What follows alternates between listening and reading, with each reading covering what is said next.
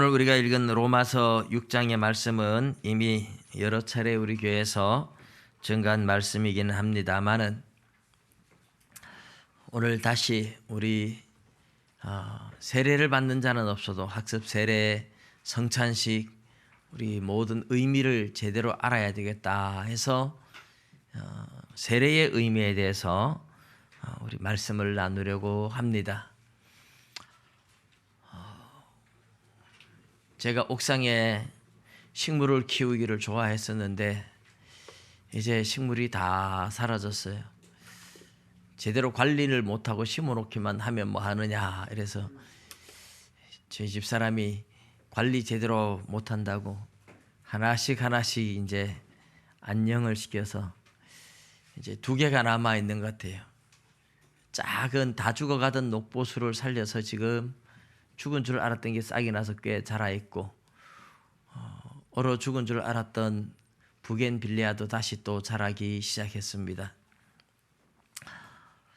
이제 이 부겐빌리아나 다른 나무들은 제가 접붙여 보질 않아서 모르겠습니다만은 시골 교회에 있을 때 교회 앞에 귀염나무가 이제 2그루 있었어요.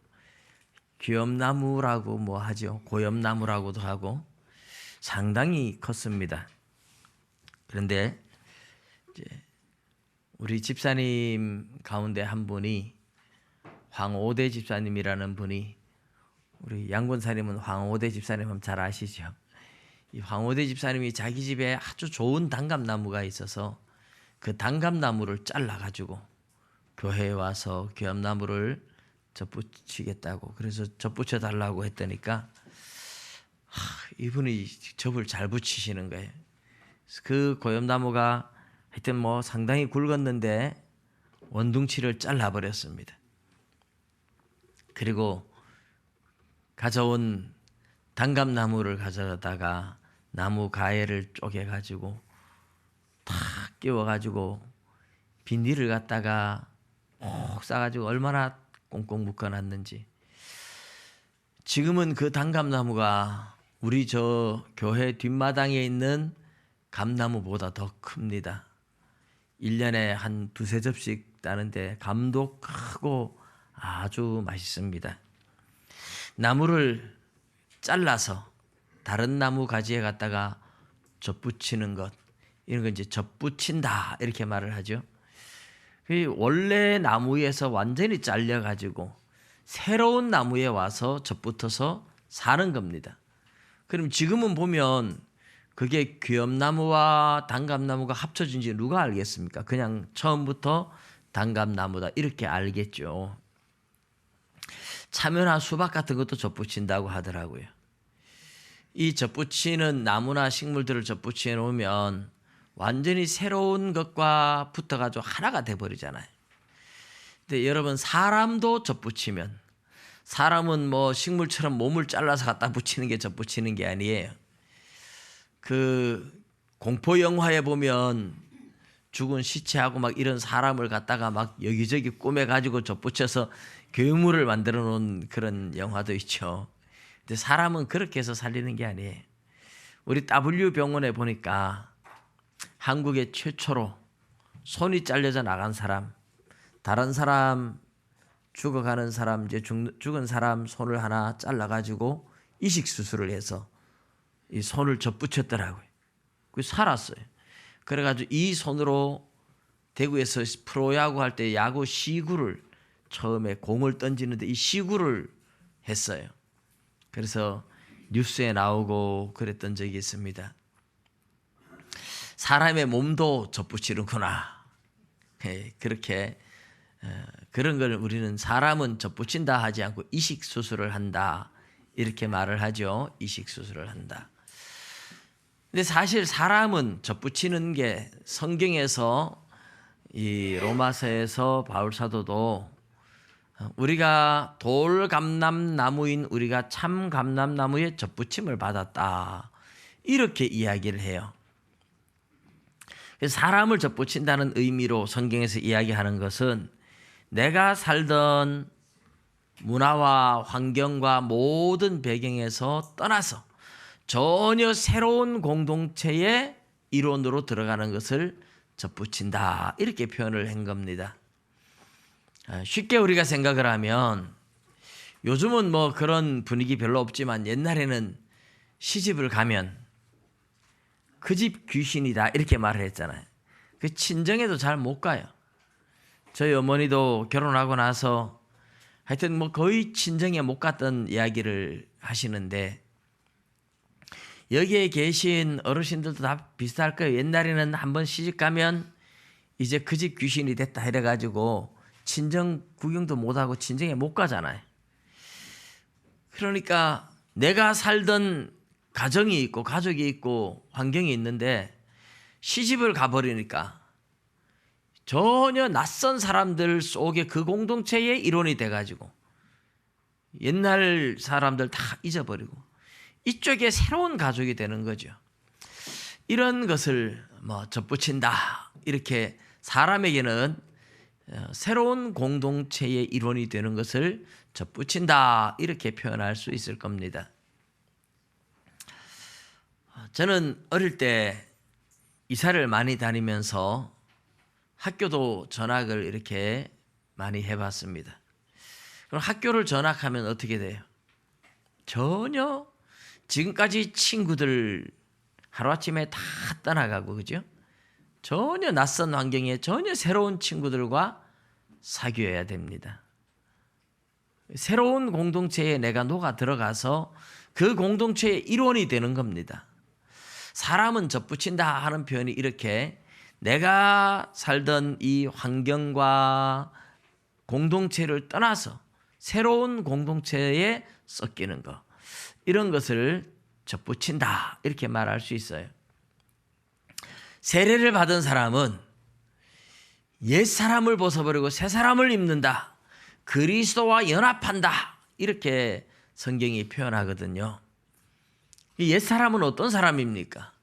아담의 후손으로 아담이 셋을 낳고 셋이 게난을 낳고 게난이 마하랄을 낳고 그렇게 이제 쭉 이어와서 오늘날까지 아담의 후손으로 살아가던 사람이 하루아침에 내 조상들을 다 부정하고 아담을 부정하고 그래가지고 예수님을 나의 주인으로 모신다 하고 예수님을 믿는 교회 속으로 오는 완전히 새로운 공동체로 녹아드는 것, 이게 이제 영적인 접붙임입니다.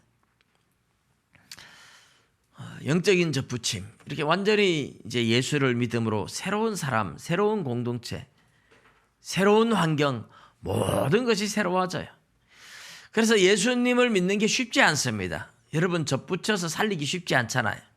그래서 여러분 안 믿는 사람들을 전도해가지고 교회에 데리고 오면 교회에 와서 전부 다 낯선 사람들을 만나가지고 예배를 드리는데 생전 처음 보는 문화, 환경, 사람들, 그래서 교회에 정착하는 게 쉽지 않다 이 말입니다. 접붙임을 잘 받으려면 주변에서 꼭 감싸줘야 돼요. 주변에서 사람들이 다정한 친구들이 많이 돼줘야 됩니다. 교회 안에 그런 사람들과 사귀면서 친구가 돼줘야, 그래야 이제 접붙이기 쉬워요. 성경에서는 접붙임으로 표현했는데 오늘 본문에서는 세례에 대한 이야기로 그 이야기를 하고 있는 겁니다. 사실 우리 로마서 5장 20절에 보면 율법이 들어온 것은 범죄를 더하게 하려 함이라. 그러나 죄가 더한 곳에 은혜가 더욱 넘쳤나니. 여기에 이제 바울 사도가 이야기하면서 죄가 더한 곳에 은혜가 더욱 넘쳤다. 이 말이 묘한 거죠. 죄가 많은데 근데 하나님께서 거기에 더 많은 은혜를 줘가지고 그 죄인들을 살려냈대요. 그러니까 이런 이야기를 들으면서 꼭 이야기를 들으면 개떡같이 말해도 찰떡같이 알아듣는 사람이 있는데 찰떡같이 말해도 개떡같이 알아듣는 사람이 있잖아요. 바울 사도가 이렇게 말하는 의미를 제대로 알고 하나님의 은혜가 정말 크구나, 죄가 많은 곳에 하나님이 구원을 하기 위해서 큰 은혜를 주셨구나, 감사해야지 이래야 되는데 꼭 삐딱하게 알아듣는 사람들이 뭐라고 하느냐 하면 죄가 많은 곳에 은혜가 더 넘쳤다. 그러면 은혜 더 받으려면 죄 더 많이 지으면 되겠네. 이게 이제 아주 삐딱하게 받아들이는 사람들이죠. 근데 바울 사도가 로마에 편지를 보내면서 그렇게 이야기할 가능성이 있는 사람이 있다는 걸 분명히 알고 거기에 대해서 미리 답을 주는 거예요. 꼭 성경을 이제 편지죠. 바울 사도가 로마에 편지를 보냈던 것이 성경이 된 것인데 이런 말을 하면 꼭 삐딱하게 받아들일 사람이 있다. 그런 사람에 대해서 미리 답을 줘야 되겠다. 이제 바울 사도가 미리 답을 주는 내용입니다. 그래서 뭐라고 합니까? 은혜를 더하게 하려고 죄에 거하겠느냐? 그럴 수 없느니라. 죄가 많은 곳에 은혜가 넘쳤다고 하니까 그러면 은혜를 더 많이 받기 위해서 죄 짓자. 그렇게 말할 사람이 있는데 그럴 수 있느냐? 그럴 수 없다. 왜 그럴 수 없어요? 죄에 대하여 죽은 우리가 어찌 그 가운데 더 살리요? 죄에 대하여 이미 죽었는데 어떻게 죄 가운데 또 살 수 있겠느냐? 이렇게 말을 합니다. 죄에 대하여 죽었다. 이 말이 무슨 말일까요? 쉽게 표현하면 이런 겁니다. 쉽게 표현하면 술을 너무너무 좋아해서 술 중독이 되었던 사람이 힘들게 이제 노력하고 애써가지고 드디어 술을 끊었어요. 야, 나는 술을 끊었다. 술에서부터 이제는 해방받아서 자유야. 이제 술을 끊어서 이제 술에 중독 안 됐으니까 이제는 술 마음대로 먹어도 돼. 이러면서 술을 많이 마음대로 먹겠습니까? 그러면 술 끊은 게 아니잖아요. 술을 끊었다 하는 순간 이제는 술을 다시는 안 돌아보려고 하는 게 정상이죠. 그런데 술 중독에서 해방이 되었어요. 술을 끊었어요. 그러니까 이제 술 한 잔 먹는다고 술 중독이 바로 한 잔 먹는다고 오는 건 아니에요. 그렇지만 술 중독에서 해방돼서 이제 술을 끊었다고 술에서 자유했다고 좋아하면서 이제는 술 먹어도 중독 안 되니까 마음껏 술 먹자. 그럼 다시 중독되겠죠. 그거는 술을 끊은 게 아니에요. 담배를 끊은 사람도 마찬가지죠. 담배 끊기가 얼마나 어려워요. 사실 하나님의 불같은 성령을 받지 않으면 저는 제 힘으로 담배를 끊을 수 없었어요. 8년 동안 담배를 피우면서도 내 힘으로는 끊을 수 없다. 이걸 뼈저리게 많이 느꼈어요. 근데 성령의 불을 받고 나니까 하루아침에 내 안에 성령이 주시는 기쁨과 위로가 너무너무 넘쳐서 하루아침에 거짓말처럼 담배를 끊어도 괜찮았어요. 내 힘이 아닌 하나님의 은혜로 저는 끊었는데 가끔 가다가 성도님들 중에서도 보면 자기 의지로 담배를 끊어내더라고요. 저는 그런 분들을 보면 정말 존경스러워요. 예수 안 믿는 사람도 담배를 끊는 친구를 봤어요. 진짜 대단한 의지력이다. 스스로 담배를 끊는 저런 의지력 대단하다. 그런 생각이 들어요. 자, 그런데 담배를 끊었어요. 그렇게 못 끊던 담배를 드디어 끊었어요. 중독에서 벗어났어요. 야, 이제 담배 중독에서 벗어났어. 이제 담배를 끊었어. 이제는 담배 한 대 피운다고 중독되는 거 아니야. 나 담배 끊었어. 자유할 수 있어. 너무 좋아가지고 이제 담배 마음대로 피워도 된다. 이러면서 그날부터 담배 마음대로 피웁니까? 그런 담배 끊은 게 아니잖아요. 술을 끊었다, 담배를 끊었다 그러면 중독에서 벗어나서 자유를 한 사람이 더 이상 술을 안 보고 싶은 게 정상이고 더 이상 담배를 안 쳐다보고 싶은 게 정상입니다. 저도 술, 담배를 쳐다보고 싶은 생각이 전혀 없습니다. 끊고 나니까 다시 돌아보고 싶질 않아요. 끊으면 안 돌아보는 게 정상입니다. 죄에 빠져 살던 사람이 죄에서 벗어나서 해방을 얻었고 자유를 얻었어요. 더 이상 죄가 나를 지배하지 못해요. 그런 것을 죄에 대하여 죽었다 이렇게 표현한 겁니다. 이제 내가 죄에 대해서 자유를 얻었는데 이제는 죄하고 상관없으니까 마음대로 죄를 지어도 되겠네. 그렇게 말할 수 없다는 말입니다. 죄가 많은 곳에 은혜가 넘쳤으니 은혜 많이 받기 위해서 죄 한번 지어보자. 죄 지어도 이제 괜찮아. 그렇게 말할 수 없다는 겁니다. 죄로부터 해방받았고 죄를 끊어버린 겁니다. 그것을 죄에 대하여 죽었다 이렇게 말을 하는 거죠. 예수 믿는 사람은 죄에 대하여 죽은 자다. 예수님과 그래서 연합됐다 이렇게 말해요. 연합. 사실 연합이라는 건 덧붙임으로 제가 처음에 표현을 했잖아요. 나무도 덧붙이고 사람도 덧붙이고, 덧붙이면 나무는 돌감람나무, 참감람나무가 하나가 돼버리고, 사람도 덧붙이면 다른 공동체에 있던 사람이 새로운 가족의 일원이 되고 새로운 공동체가 되듯이, 예수님을 모르는 세상 속에 살던 사람이 예수님을 믿고 교회 식구가 되어서 교회의 일원이 되어서 예수 믿는 사람들과 이제는 가족처럼 하나가 된 겁니다. 예수의 몸이 된 거예요. 이 예수의 몸이 되어서 이제는 예수님과 한 몸이 되었다는 말은 뭐예요? 운명 공동체가 됐다 이 말입니다. 여러분, 부부가 결혼을 하면 일심동체라고 말을 하잖아요. 몸 분명히 두 개로 따로 있는데도 마음도 하나, 몸도 하나, 일심동체라고 하잖아요. 왜 일심동체라고 해요? 운명 공동체입니다. 부부가 같이 살아가면서 남편이 부도를 내면 아내도 같이 부도낸 사람의 가족으로 같이 고통을 나누는 거예요. 아내가 잘못하면 남편도 같이 가는 거예요. 요즘은 뭐 그런 것 때문에 이혼도 잘하고 이런 시대가 되었지만 성경적인 원리로는 그렇지 않아요. 살아도 같이 살고 죽어도 같이 죽는 거예요. 그게 운명 공동체입니다. 그렇기 때문에 결혼하면 한 일심동체가 되었다. 같이 잘 살아도 같이 살고, 빌어먹어도 같이 빌어먹고, 굶어도 같이 굶고, 잘 살아도 같이 살고, 그게 부부입니다. 그게 가족이고 그게 부부입니다. 믿습니까? 그래야 돼요. 하나가 된 거예요. 이게 젖붙임이에요. 그러면 예수님과 우리가 세례를 받을 때 젖붙임을 받은 거잖아요. 예수님과 내가 한 몸이 됐다는 말이에요. 그럼 예수님이 십자가에 못 박혀 죽은 것이 내가 죽은 것이 되고, 예수님이 부활한 것이 나의 부활이 되는 겁니다. 그래서 예수 죽음, 내 죽음, 예수 부활, 내 부활, 이렇게 우리가 말할 수 있는 거죠. 예수님이 십자가에 못 박혀 죽을 때 나도 죽었어요. 그러면 우리가 왜 죽어요? 예수님 죽을 때 나도 죽었다. 왜 죽어요? 죄 때문에 죽잖아요. 죄에 대한 벌을 대신 다 예수님 받은 거잖아요. 그러면 따지고 보면 우리도 우리의 죄 때문에 벌을 받아 이미 죽었던 거죠.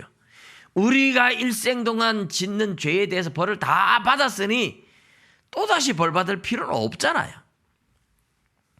그래서 예수 믿으면 죄로부터 해방받고 구원 얻는다는 말은, 예수님이 십자가에 못 박혀 죽을 때 예수님과 내가 한 몸이 되어서 나도 죽은 거고, 예수님이 벌을 다 받았을 때 나도 벌을 다 받은 거예요. 벌을 다 받았는데 또 뭐 벌 받을 필요 없잖아요. 그래서 우리가 죄에 대한 형벌을 다 받았고 구원 얻은 겁니다. 믿으시기 바랍니다. 이제는 예수님이 부활할 때 우리도 예수님과 한 몸이 되어서 부활해서 영원한 하나님 나라의 영광스러운 몸으로 살게 될 새 사람이 된 줄로 믿으시기 바랍니다. 지금 우리 몸이 당장에 그렇게 되어 있진 않아요. 로마서 8장 10절에 나오는 것처럼 그리스도께서 너희 안에 계시면 몸은 죄로 말미암아 죽은 것이나 영은 의로 말미암아 살아있는 것이니라. 할렐루야. 우리의 몸은 아직까지 부활하지 못했어요. 우리의 영은 성령으로 말미암아 그리스도와 한 몸이 되었고, 우리의 몸은 아직까지 죄의 그 속성들이 그대로 남아 있어서 죽은 몸이나 다름없지만 죽은 몸이죠. 그리스도와 연합되지 못했어요. 몸은 마지막 날 부활할 때 되는 거죠. 그럼 우리 영은 이미 부활했으며 성령이 우리 안에 와서 우리의 영혼을 살렸어요. 그래서 우리 영은 의로 말미암아 살아있는 영, 부활한 영, 거듭난 영, 거룩한 하나님의 영과 하나가 되어 있음을 믿으시기 바랍니다. 그래서 우리는 그걸 믿어야 돼요. 우리 눈으로 지금 보이는 거는 아무것도 없어요. 그거를 어떻게 우리가 아느냐? 믿음으로 아는 거예요.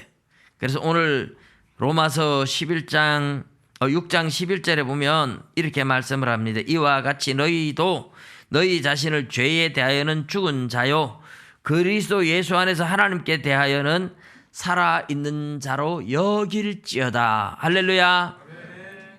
여길지어다. 지금 눈으로 보는 거는 내 몸이 그대로 있고 내 속에 죄성이 그대로 남아있는데요, 그래도 예수를 믿는 것은 성령이 우리 안에 와서 거듭났기 때문에 믿는 거니까, 죄 때문에 내 몸은 아직까지 죽은 상태지만 영은 의로 말미암아 살아있고 하나님께 대하여 살아있는 자로 여길지어다. 그렇게 믿어라, 그렇게 생각하라, 그렇게 여겨라, 이렇게 명령하고 있습니다. 믿으시기 바랍니다. 우리의 영이 살아있대요. 그렇게 믿어야 된대요. 불교에서 전에 어느 승려가 신도들한테 가르치면서 여신도가 하나 일어나서 이렇게 물었어요. 스님, 우리 엄마가 죽었는데 교회 다니는 사람은 천국이 있다고 하는데 우리 부처님 믿는 사람들은 극락에 진짜 가나요? 이렇게 물었어요. 극락이 진짜 있나요? 진짜 가나요? 그러니까 이 승려가 아주 유명한 분인데 진짜 극락이 있다고 말을 못해요. 그런데 뭐라고 얘기를 하느냐 하면, 자매님, 엄마가 지옥 같다고 생각하는 게 좋겠어요? 극락 같다고 생각하는 게 좋겠어요? 극락 같다고 생각하는 게 좋겠죠. 그러면 그렇게 생각하고 사세요. 그러니까 자매가 물러서지 않고 또 물었어요. 아니 진짜 있으면 가고 없으면 못 갈 거 아닙니까? 진짜 있습니까? 진짜 갔습니까? 그렇게 믿으면 마음이 편한데 그렇게 믿으라니까요. 이렇게 말해요. 그러니까 진짜 있는지 확실하게 좀 얘기를 해달라고. 안 물러서고 계속 하니까, 교회는 목사님들이 천국 지옥 진짜 있다고 말을 하고 예수님 믿으면 진짜 천국 간다고 말하는데 우리 절에는 뭐냐고 이렇게 또 자매가 따졌어요. 그러니까 이분이 그때 가서 이제 뭐 사람들이 막 깔깔깔 웃고 이러니까, 스님이 얘기하잖아, 그렇게 믿으라고 얘기를, 스님이 내가 얘기를 하잖아, 이렇게 얘기를 해요. 왜 그럴까요? 진짜 극락과 지옥을 그 사람들도 믿지는 않아요. 그 사람들은 그냥 그렇게 생각하면 마음 편하니까 생각하고 살자, 이런 것 뿐이에요. 그런데 여러분, 성경은 진짜 예수님이 천국과 지옥이 있다는 걸 얘기해 줬어요. 그리고 그렇게 진짜 천국 가게 되고 우리가 거듭났고 성령이 우리 안에 와 있다고 분명하게 이야기를 합니다. 그런데 우리가 그걸 눈으로 확인할 수 없어요. 귀로 확인할 수 없어요. 우리 육체의 감각으로 느낄 수 있는 게 아니에요. 영의 세계는 육체의 감각으로 느낄 수가 없어요. 그러니까 믿음으로 그거를 인정하고 받아들여야 된다, 이렇게 이야기를 하는 거예요. 믿음으로 기도를 하다 보면, 믿음으로 살다 보면 우리 육체의 감각으로 느낄 수 없는 것이 우리의 영의 감각으로 깨달아지고 느껴지고 경험이 되어질 때도 있습니다. 그것은 분명한 사실이기 때문에 그래요. 그런데 대부분은 깊은 기도 생활을 하지 못하고 그렇게 살아가다 보면 세례를 받고 성령이 내 안에 와서 내가 예수님을 믿고 살아가면서도 내가 거듭났는지 내 안에 성령이 계신지 그런 걸 몰라요. 그냥 예수님을 믿는 믿음은 분명한데, 그래서 성경에 뭐라고 말합니까? 하나님께 대하여는 산자로 여겨라. 죄에 대하여는 죽은 자로 여기고 하나님께 대하여 산자로 여겨라. 너희 안에 하나님이 계시다. 너희는 구원 얻은 하나님의 자녀가 됐다. 눈으로 볼 수 없고 귀로 들을 수 없지만 그렇게 생각하고 믿고 그렇게 여겨라. 분명히 너희 안에는 성령님이 계신다, 약속하고 계십니다.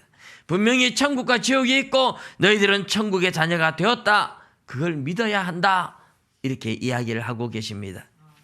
같이 믿으라고 불교에서처럼 그냥 우리 보고 같이 믿으라, 그렇게 여겨라, 이렇게 얘기하는 것 같지만 불교는 그렇게 여기면 마음이 편하니까, 잘 모르지만 그렇게 믿으면 마음이 편하니까 이렇게 얘기를 했지만, 여러분, 우리 기독교는 마음이 편해서가 아니에요. 그게 사실이니까 그렇게 믿으라고 하는 겁니다. 사실인 줄로 믿으시기 바랍니다. 세례를 받음으로 저와 여러분은 예수님과 하나가 됐어요. 근데 예수님과 하나가 되었다는 이 증거를 나타내기 위해서 하는 게 성찬식이에요. 떡과 포도주, 예수님의 살과 피라고 말하잖아요. 예수님과 살과 피를 먹어요.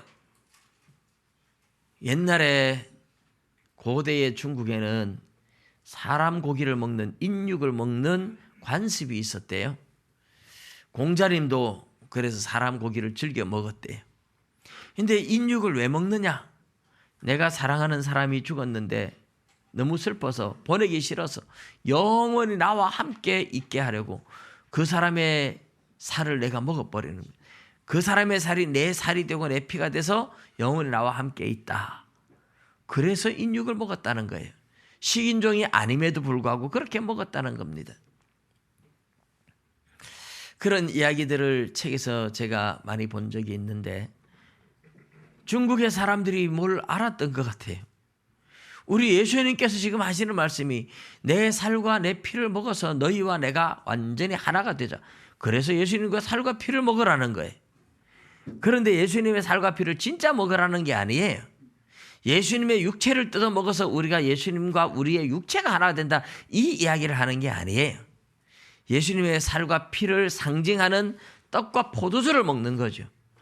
살과 피를 먹으면 우리 육체에 하나가 되는 것처럼 사실은 성령님이 우리 안에 와서 우리의 영과 하나님의 영이 하나가 되어서 예수님과 우리가 한 몸이 된다, 그렇게 말씀을 하려고 하는 겁니다. 성령으로 하나 된 것, 하나님의 영이 우리 안에 와서 하나님의 영과 우리가 하나가 되는 이것을 눈으로 보게 할 수 있는 방법이 없으니까 하나님께서 성찬식이라는 예식을 통해서 마치 살과 피를 먹어서 하나가 되는 것처럼 하나가 된다고 이야기를 하는 것뿐입니다. 그리스도와 우리가 진짜 연합되는 것은 성령이 우리 안에 옴으로써 하나가 되는 줄 믿으시기 바랍니다. 종교개혁자 루터는 천주교처럼 떡과 포도주가 예수님의 살과 피라고 그렇게 고집을 했어요. 쯔윙글리는 그게 아니고 예수님이 이것을 행하여 나를 기념하라 했으니까 그냥 생각하라고 했는 거다. 예수님이 우리를 위하여 죽어주신 것을 생각하라고 기념한 거다. 그래서 루터와 쯔윙글리가 종교개혁을 할 때 힘을 합쳤으면 엄청나게 좋았을 건데 이것 하나 때문에 결국은 합치지 못하고 따로 갈라졌어요. 그런데 칼빈이, 제네바에서 종교개혁을 일으켰던 칼빈이 영적 임재설을 이야기를 했어요. 떡과 포도주라고 생각하고 살과 피라고 생각하고 먹지만 이것은 살과 피는 아니고 떡과 포도주인데 살과 피라고 생각하고 먹으라고 예수님이 한 거다. 이것을 먹음으로 예수님의 살과 피가 우리 와서 우리 육체와 하나 되는 게 아니고 이런 걸 먹을 때 성령님이 우리 안에 와서 우리의 영과 성령이 하나가 되어서 영적인 연합을 이루는 것이다. 그래서 영적 임재설을 칼빈이 이야기했던 겁니다. 나중에 루터 선생님이 칼빈의 글을 보면서 한참 어린 후배지만 칼빈의 글을 보면서 감동을 먹었어요. 그래, 이거구나. 진작에 이것을 알았더라면 얼마든지 우리가 연합을 할 수 있었을 텐데 너무 늦어버린 거죠. 그러나 칼빈에 의해서 성경에 가르치는 교훈이 정확하게 드러났습니다. 여러분, 오늘 성찬식에 참여할 때에 예수님의 살과 피라고 생각하고 참여하십시오. 그러나 예수님의 진짜 살과 피를 먹는 건 아닙니다. 여러분은 떡과 포도즙을 먹지만 진짜 예수님의 살과 피와 같이 하나님의 영이신 성령님이 우리 안에 와서 우리와 하나가 될 줄로 믿으시기 바랍니다. 그리고 살과 피를 먹는다고 떡과 포도주를 먹는 것보다 하나님의 영이 우리 안에 더 강력하게 임재해서 하나가 되게 하는 것은 끊임없이 말씀을 보는 겁니다. 예수님의 별명이 뭡니까? 말씀이에요. 태초에 말씀이 계시니라. 그 말씀이 하나님과 함께 계셨고 그 말씀은 곧 하나님이시니라. 예수님의 별명이 말씀이죠. 말씀을 우리가 끊임없이 성경을 읽고 들으면 예수님의 살과 피를 먹는 것처럼, 성찬식에 참여하는 것처럼, 아니 성찬식에 참여하는 것 그 이상으로 하나님의 영이 우리 가운데에 임재해서 우리의 영과 연합을 이루어서 늘 우리를 이끌어 가실 줄로 믿습니다. 우리가 그리스도와 연합을 하면, 예수님과 내가 한 몸이 되면, 내가 예수님을 끌고 다니면서 내 마음대로 살아가겠습니까? 예수님이 나를 이끌어가면서 예수님이 뜻대로 살아야 되겠습니까? 예수님이 우리의 주인이죠. 그리스도와 연합을 했다면 이제는 내 마음대로 사는 것이 아니라 예수님의 뜻대로 살아가게 될 줄로 믿으시기 바랍니다. 그래서 오늘 저 여러분 모두가 이 성찬식에 참여하면서 그리스도와 연합된 성도답게 내 마음대로 이제는 살지 말고 주님 뜻대로 살아가겠습니다. 주님 말씀하십시오. 무엇을 하든지 내 안에 계신 주님이 내 생각을 주장하고 주님의 말씀을 따라서 살아가려고 힘써서 내 마음대로 사는 것이 아니라 주님의 뜻대로 살아가는 그런 인생이 되시기를 주님의 이름으로 축복합니다. 기도드리겠습니다.